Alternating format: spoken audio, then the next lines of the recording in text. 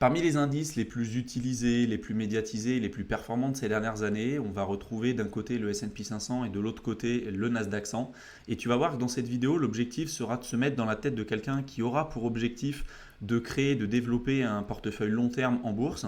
Et on verra en comparant à la fois le S&P 500 et le Nasdaq 100, quels sont les avantages, les inconvénients des deux approches. Est-ce qu'il vaut mieux privilégier un portefeuille plutôt exposé au S&P 500, plutôt au Nasdaq, éventuellement les deux, avec à chaque fois un comparatif et en essayant de te présenter de manière factuelle et pragmatique les avantages et les inconvénients des deux approches. Donc là, je te retrouve directement sur mon ordinateur avec une première page qui va analyser en détail la fact sheet du S&P 500.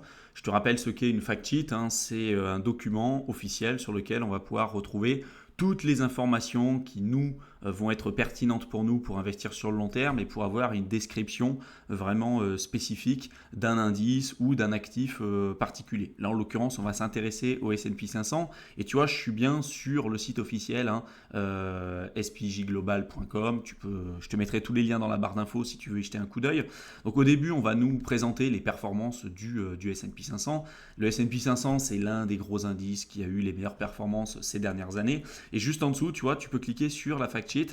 Alors attention, tu vois, il y a plein de types de S&P 500 différents. Tu peux trouver des S&P 500 hedgés, notamment pour les problématiques liées aux devises, parce que tu peux te protéger des taux de change. Il y a également aussi d'autres types de S&P 500 qui ne vont pas être dénominés en dollars, mais plutôt en euros, en yuan, à la livre sterling, etc., etc. Donc fais attention de bien choisir le bon. Moi, j'ai pris vraiment le plus gros, l'officiel, le S&P 500, côté vraiment avec le côté en dollars. Comme ça, on a vraiment toutes les infos. Donc ça commence tout simple, comme à chaque fois, les fact sheets, tu as la description, ça te dit ce qu'il y a à l'intérieur. Le S&P 500, c'est quoi? C'est un indice qui est censé suivre et représenter les performances des 500 plus grandes entreprises américaines. Donc à l'intérieur, tu vas retrouver du Facebook, du Amazon, du Tesla, etc., etc. Donc on va continuer, on va descendre un petit peu plus bas. Souvent, tu vas pouvoir trouver des différents indices qui vont être liés de près ou de loin au S&P 500 parce que tu peux avoir des dérivés. Je t'ai présenté tout à l'heure le cas de certains indices hedgés pour le cas du S&P 500. Mais tu en as d'autres aussi qui vont être plus ou moins concentrés. Là, j'ai pris vraiment l'indice global et c'est pour ça que c'est super important quand tu vas sélectionner un ETF spécifique ou un tracker spécifique, de bien analyser sa fact sheet parce que tu en as certains qui font quelques ajustements, qui vont dire bah tiens, on va supprimer certaines entreprises, on va en rajouter d'autres. Tu peux avoir quelques modifications, donc vraiment fais attention. Là, je suis revenu sur le listing officiel du S&P 500. Mais voilà, quand tu sélectionnes un ETF spécifique, déjà tous ne se valent pas en termes de frais de gestion, également aussi en termes d'encours sous gestion, la valeur liquidative, voilà, tout ça, ça va rentrer en ligne de compte. J'ai fait des dizaines et des dizaines de vidéos sur cette chaîne pour t'expliquer comment sélectionner les meilleurs ETF. Tu les retrouveras dans la playlist bourse. Donc n'hésite pas à aller y jeter un coup d'œil. Là, globalement, tu vois, on voit que le S&P 500, ça reste un indice qui a eu quand même des super performances ces dernières années. Alors on va te donner des infos, notamment sur les retours sur investissement, sur un mois, 3 mois ou depuis le début de l'année. Franchement, c'est pas ça qui est ultra intéressant. Moi, je t'invite toujours à regarder les performances vraiment sur le long terme. Donc là, on te dit les retours sur investissement annualisés sur 1 an, sur 3 ans, sur 5 ans, également sur 10 ans en moyenne. D'accord, ça reste des moyennes. Et tu vois que le S&P 500, on est quand même sur des performances en fonction de l'horizon d'investissement entre 10 jusqu'à 12%, donc ça reste parmi les indices qui ont eu les plus belles performances ces dernières années. Tu peux voir le descriptif et le détail des performances année en année. Donc on voit que tu vois sur 2023, il y a eu presque 26% de rendement, sur 2022, moins 18, 2021, plus 28, 2020, plus 18, plus 2019, 31, etc., etc. Donc tu vois, des fois, ça augmente beaucoup, ça baisse, mais globalement, ça reste quand même un indice qui a des super performances. Souvent, on va te donner également aussi dans les fact sheets ce qu'on appelle le Annual Risk Adjusted Return. Donc à chaque fois que tu décides d'investir sur un actif, il faut toujours le mettre en lien avec des actifs qu'on considère comme étant peu risqués. Le ratio de Sharpe, que je t'ai déjà évoqué à plusieurs reprises sur cette chaîne YouTube, c'est l'un des indices qui permet d'étudier en fait et d'avoir une idée du risque qu'on prend par rapport aux performances qu'on pourrait espérer en s'exposant à un actif ou un indice par exemple particulier, en l'occurrence ici le S&P 500. Plus tu vas avoir ici un numéro qui va être proche de 1, voire même supérieur à 1, vraiment mieux c'est. En général c'est quand même assez rare. Plus on va avoir un nombre qui va être élevé, plus on va considérer que le risque qu'on va prendre en investissant sur cet actif ou en s'exposant par exemple à la volatilité vaut le coup par rapport aux performances futures et ce qu'on peut espérer en termes de retour sur investissement. Et à l'inverse, plus on va avoir un chiffre ici qui va être proche de 0, moins ce sera intéressant pour nous parce que ça veut dire que la volatilité et le risque qu'on prend en s'exposant à cet actif est plus important que les performances potentielles qu'on pourrait avoir. Ce qui est super intéressant de se rendre compte, c'est que par exemple là ici, sur 3 ans, on va avoir un ratio de Sharpe de 0,56. Donc c'est pas là où ça va être extraordinaire, 0,56 en termes de ratio de Sharpe, franchement c'est pas dingue. Après tu vois que plus on investit sur le long terme, plus ce ratio de Sharpe augmente sur 10 ans, on est à 0,84, donc ça reste quand même un point super intéressant. Ça veut dire que là, si on décide d'investir sur le long terme, oui ça veut dire que sur le court terme, on peut subir une volatilité, mais il y a nettement plus de chances et de probabilités d'obtenir des retours sur investissement intéressants et significatifs en s'exposant au S&P 500, alors que c'est pas forcément le cas si on le fait sur du court terme, forcément. Plus tu vas investir sur le long terme, plus tu vas lisser la volatilité et plus tu augmentes tes chances et tes probabilités de réussite sur les prochaines années. Maintenant, si on descend un petit peu et qu'on regarde la répartition sectorielle, géographique et puis également aussi la répartition en termes d'entreprise, déjà la répartition géographique, là forcément on est exposé aux États-Unis parce que le S&P 500, ce que je t'avais évoqué tout à l'heure, ça représente un indice qui va suivre les performances des 500 plus grandes entreprises américaines. Donc on est forcément exposé au marché US. Par contre, dans les 10 plus grandes entreprises qu'on va avoir à l'intérieur, tu vois, on va avoir Microsoft, Nvidia, Apple, Amazon, etc., etc. Et en général, on va être plutôt sur une répartition par capitalisation. C'est-à-dire que plus une entreprise va peser gros sur l'industrie américaine et plus elle va avoir une capitalisation boursière importante, plus elle va être représentée dans un indice lié au S&P 500.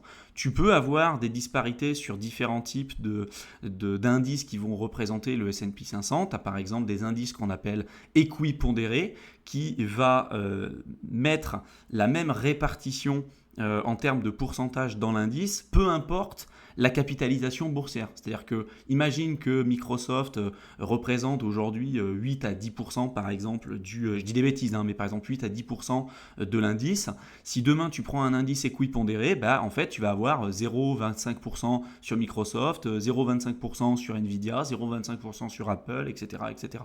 Voilà. Donc en fait tu vas avoir la même répartition dans un indice équipondéré pour tous les indices, peu importe leur capitalisation boursière, alors qu'en général, par défaut, si tu ne choisis pas des éléments spécifiques, tu vas avoir plutôt une répartition plutôt par capitalisation. Donc plus la boîte va être grosse, plus elle va peser lourd dans l'indice, puisque son market cap, sa capitalisation boursière va être importante. Par contre, tu vois qu'à l'intérieur, je te dis les 500 plus grandes entreprises américaines, aujourd'hui, c'est pas totalement vrai, tu en as 503 qui sont représentées dans cet indice. Des fois, tu verras que dans les ETF que tu choisiras, tu peux te retrouver avec des ETF où tu peux avoir 495 entreprises ou 500 entreprises. Voilà, parce que tu en as certains qui vont dire moi je me focalise sur 500, des fois c'est un peu plus, des fois c'est un peu moins, donc c'est pour ça aussi que c'est important de regarder la fact sheet. Après, tu peux regarder la répartition sectorielle, et c'est là où ça va être intéressant. Tu vois qu'on est quand même assez bien diversifié, mais on est quand même très représenté sur le secteur de la tech. On a plus de 32% sur les nouvelles technologies.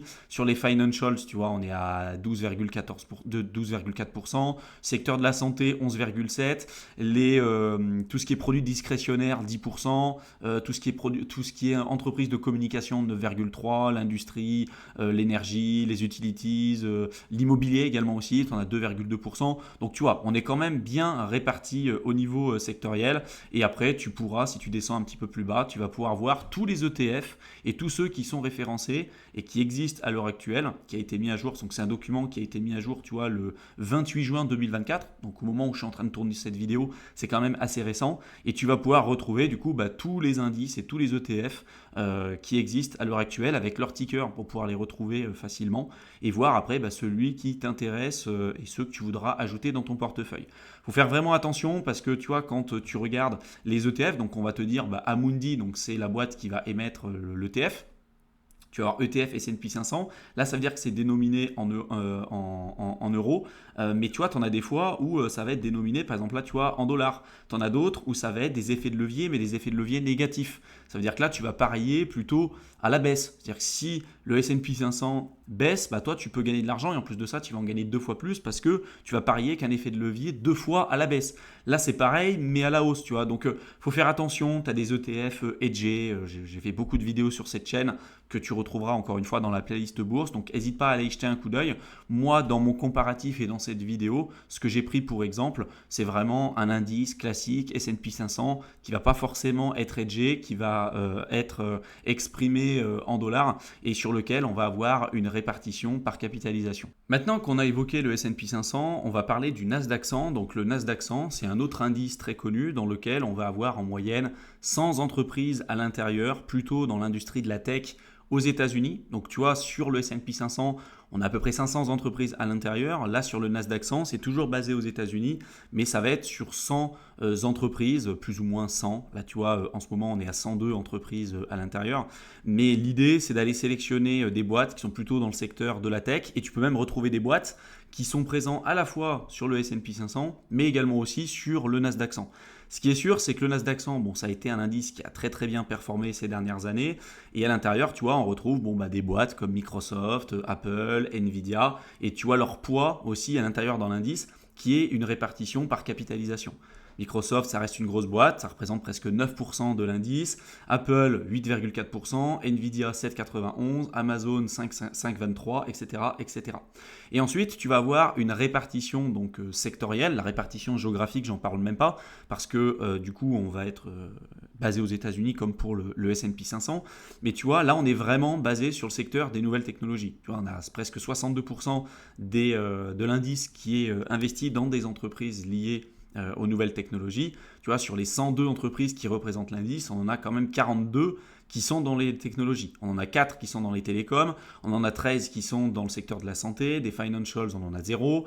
Donc on a vraiment éliminé tout ce qui est lié aux banques et tout ce qui s'ensuit. L'immobilier, donc on a 0,20%, c'est une boîte qui est à l'intérieur. Les consommations discrétionnaires, on en a 18, donc c'est 17,51%, etc., etc. Mais tu vois que déjà, contrairement au S&P 500, donc on a moins d'entreprises qui sont représentées à l'intérieur, donc forcément on est plus concentré, mais on est plus concentré en termes d'entreprise, mais également aussi en termes d'industrie. Donc forcément, l'objectif là, si on se concentre plus, ça sera d'aller chercher plus de performance, parce que ça ne sert à rien d'aller subir beaucoup plus de volatilité si derrière, c'est pour faire moins bien en étant plus risqué et encore une fois moins diversifié. Ensuite, si tu descends un petit peu plus bas, tu verras qu'on va te présenter les performances, la volatilité annuelle sous forme d'écart type également aussi. On va te présenter le ratio de Sharpe et tout ce que je t'ai présenté sur notamment la précédente fact sheet sur le S&P 500. Donc, tu n'hésiteras pas à aller y jeter un coup d'œil. Voilà, on te mettra les performances de mois en mois, d'année en année. C'est pas ça en tout cas qui va être le plus intéressant tout de suite. Tu vois, globalement, ce qu'il faut, nous en tout cas en tant qu'investisseurs, ce qu'il faut qu'on regarde sur une fact sheet, c'est en effet les performances, mais vraiment les performances long terme, la volatilité, le ratio de Sharpe, la répartition sectorielle, éventuellement géographique. Là pour le coup, c'est la même chose pour le Nasdaq 100 et pour le S&P 500. La répartition également aussi en termes d'entreprise. Et après, prendre du recul et faire une analyse historique d'un portefeuille qui aurait été par exemple investi 100% sur le S&P 500 ou 100% sur le Nasdaq 100, même si ça c'est le point de vue théorique, on est d'accord que dans la pratique l'idée c'est pas d'être investi uniquement sur le S&P 500 ou uniquement sur le Nasdaq 100, c'est juste pour nous permettre de prendre du recul sur le sujet. Ce qui est certain, c'est que tu vois, quand on prend le Nasdaq 100, si je le prends depuis le départ, c'est un indice qui est présent depuis maintenant quand même assez longtemps, depuis les années 95, et qui a eu quand même des performances super, même s'il y a eu des volatilités sur le court terme. La bourse reste extrêmement haussière sur le long terme, et tu vois, on a même presque dépassé le précédent plus haut dernièrement, en tout cas au moment où je suis en train de tourner cette vidéo. Ça reste un indice qui a eu presque 4300% de rendement depuis le départ, donc ça fait partie des indices les plus performants parmi tous ceux que j'ai eu l'occasion de te présenter sur cette chaîne YouTube. Pour le S&P 500, alors là, j'ai pas eu tout l'historique, faudrait en regarder, il faudrait en trouver d'autres qui te présentent tout l'historique lié au S&P 500. Mais pareil, tu vois, ça reste un indice qui a très très bien performé ces dernières années. Mais attention, parce que c'est pas parce que tu as des indices qui ont très bien performé ces dernières années qui vont forcément continuer de le faire. A priori, les États-Unis sont quand même aujourd'hui toujours une grosse puissance mondiale. Je vois pas pourquoi ça changerait pour les prochaines années. Mais pourquoi on te dit toujours les performances passées ne présagent rien des performances futures? Parce qu'il y a toujours des changements qui doivent s'opérer. Et c'est pour ça que quand tu crées un portefeuille long terme, tu dois aussi te diversifier d'un point de vue géographique. Tu vois, si tu es exposé uniquement au S&P 500 ou au Nasdaq 100, tu es exposé qu'aux États-Unis et donc pas du tout aux pays émergents, pas du tout même à l'Europe. Tu vois, enfin voilà, l'idée c'est vraiment de se diversifier au maximum d'un point de vue sectoriel, géographique, en termes de devises, en termes de capitalisation. Tu peux investir sur des grosses entreprises. Parce que là, en gros, sur le Nasdaq 100 et le S&P 500, tu investis aussi sur les larges capitalisations, les grosses capitalisations.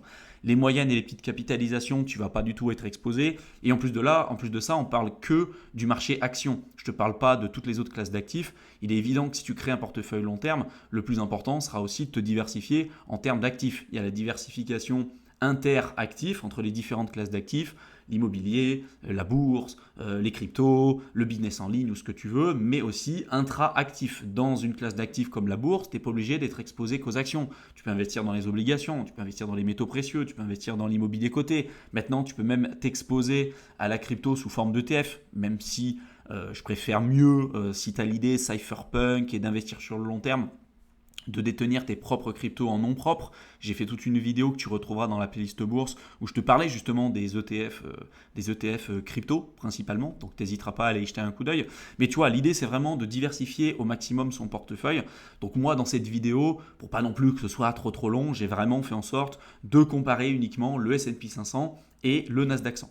Donc je suis allé sur un outil que tu connais très bien qui s'appelle Backtest by Curvo. Je t'ai pris deux ETF, un qui représente le Nasdaq 100 et un autre le S&P 500 sur une période la plus longue sur laquelle j'ai pu aller parce que tu as des ETF qui sont quand même assez récents. Tu vois, si tu as un ETF qui est sorti, même si l'indice existe depuis maintenant un certain temps, tu peux avoir des ETF qui ont été créés tu vois, dans les années 90 ou d'autres qui sont nés dans les années 2008, 2009, 2010. Donc forcément, ça fausse un peu les informations. Là, en l'occurrence, tu vois, sur ce qu'on peut voir entre le 2008, donc le moment où ça a été, donc 2007, pardon, juillet 2007, et aujourd'hui, on voit que sur cette période-là, attention, ça reste que sur cette période, il faudrait pouvoir faire des analyses encore sur le plus long terme, mais sur cette période, on voit qu'il y a clairement un gros winner, un gros gagnant, c'est le Nasdaq 100. Normal, parce que c'est une période après la crise des subprimes en 2008 sur laquelle on a eu une explosion en fait de toutes les valeurs technologiques. On a eu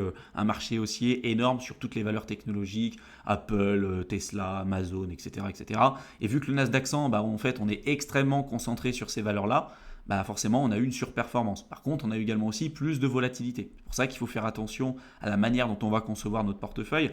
Et tu vois, si je zoome un petit peu plus, on prend le cas de deux personnes qui ont investi, donc le Nasdaq 100, S&P 500, 10 000 euros au tout départ. On regarde en 2024 ce que ça a donné. Donc la personne, elle a juste investi 10 000 euros, puis après, elle n'a rien fait. On voit que quelques années après, elle se retrouve à 142 000 euros pour le Nasdaq 100 et 66 000 pour le S&P 500. Donc là, on se dit, ouais, du coup, il n'y a pas photo, j'investis sur le Nasdaq 100.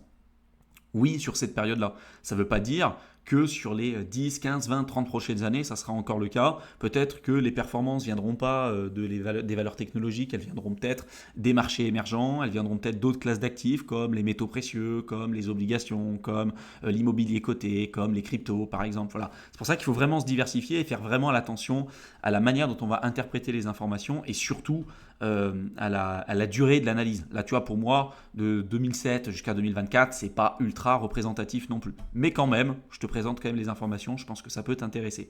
Donc sur cette période, on est à 17,07% pour le Nasdaq, 11,91% pour le S&P 500, ça reste vraiment des très belles performances. L'écart type, donc ça correspond à la volatilité, donc on remarque quand même qu'on a une volatilité moyenne plus importante sur le Nasdaq 100 que le S&P 500, ce qui est normal parce qu'on est plus concentré, il y a moins d'actifs à l'intérieur. Et donc sur cette période-là, on a un ratio de Sharpe de 0,93 contre 0,79 pour le S&P 500. Donc a priori, on peut se dire, ok, si je suis prêt à prendre plus de volatilité avec le Nasdaq 100 que le S&P 500, bon bah c'est bon, je prends le Nasdaq 100, j'investis pas sur le S&P 500. Pourquoi je m'embêterais à aller sur le S&P 500? Bah oui, mais encore une fois, je te le répète, c'est super important. C'est pas parce que sur cette période-là, tu as eu ce genre de performance que sur les 20-30 prochaines années, ça sera encore le cas. Voilà, tu peux très bien tomber sur des périodes où les valeurs technologiques fonctionnent pas du tout et ça peut être d'autres classes d'actifs parce que le modèle économique a changé, parce que la politique des taux monétaires avec les banques centrales également aussi va être amenée à évoluer. Donc tout ça fait que voilà, les valeurs technologiques ont eu des super performances depuis la crise des subprimes. Est-ce que ce sera encore le cas? J'en ai aucune idée. Mais vraiment, le plus important, quand tu crées un portefeuille long terme, j'ai fait beaucoup de vidéos que tu retrouveras sur la playlist bourse pour t'aider là-dessus, c'est vraiment de faire attention à ta répartition sectorielle, ta répartition géographique, ta répartition en termes de devises, ta répartition en termes d'actifs, etc. C'est vraiment comme ça que tu pourras te protéger et à la fois limiter la volatilité tout en permettant d'avoir des performances maximales et surtout, le plus important, régulières sur le long terme. J'espère en tout cas que cette vidéo t'aura plu, qu'elle t'aura intéressé, qu'elle t'aura été utile. Si maintenant tu veux aller plus loin et que tu veux investir sur les marchés financiers en utilisant le vecteur des trackers et des ETF, je t'ai préparé un fichier PDF que tu peux télécharger simplement en cliquant dans le lien que je t'aurai mis dans la description de la vidéo, dans lequel j'ai recensé les meilleurs ETF à la fois sur PEA, sur compte titre, les meilleurs ETF Smart Beta. J'ai fait plein de sections bonus avec vraiment pour objectif de te faire gagner du temps parce que des ETF et des trackers, il y en a vraiment énormément. Et je sais que quand on est débutant, c'est un point sur lequel ça nous demande énormément de temps, énormément d'énergie pour sélectionner les meilleures options qui se présentent à nous. Donc c'est un travail que j'ai déjà fait pour toi. Tu as simplement cliqué dans le lien que je t'aurais mis juste en dessous. Tu rentres ton adresse mail et tu verras, je t'enverrai le contenu directement dans ta boîte de réception. Je te souhaite une excellente fin de journée et je te retrouve dans une prochaine vidéo. À bientôt.